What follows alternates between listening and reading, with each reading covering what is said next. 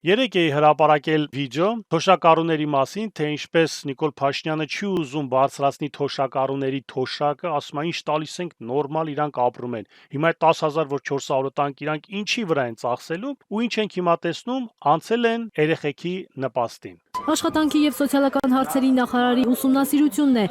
ծննդյան նպաստները 1.5 միլիոնից իջեցնելու որոշման պատճառը։ Ոնց է հիմա, եթե առաջին երկրորդ երեխան որ ծնվում են, տալիս են 300,000 դրամ։ Երրորդ երեխան ծնվի, չորրորդ երեխան որ ծնվի, տալիս են 1 միլիոն դրամ։ 5-րդ երեխա եւ ավել տալիս են ամեն երեխայի համար 1.5 միլիոն դրամ։ Թող այդ միլիոնը ձեր համար ականջ չծագի, էդի մենակ պամպերսներին է գնում։ Ուզում են սարքեն առաջին երեխան լինի, թե 5-րդ երեխան լինի, տալիս են նվազագույնը 500,000 դրամ։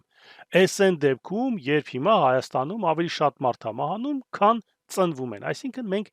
մինուս ենք, անկում ենք ապրում, չհաշված հլը այն մարդիկ, ովքեր որ հեռանում են Հայաստանից այս օդի պայմանների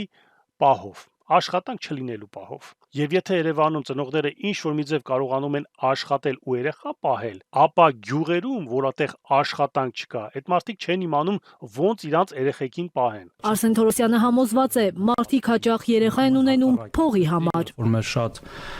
քաղաքացիներ, հատկապես անապահով քաղաքացիներ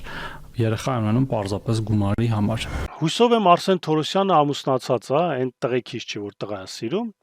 ընտանիք ունի Արսեն Թորոսյանը ու երևի երեխա ունի։ Ինձ հետաքրքիր Արսեն Թորոսյանը իր կնոջից հետաքրքրվել է կամ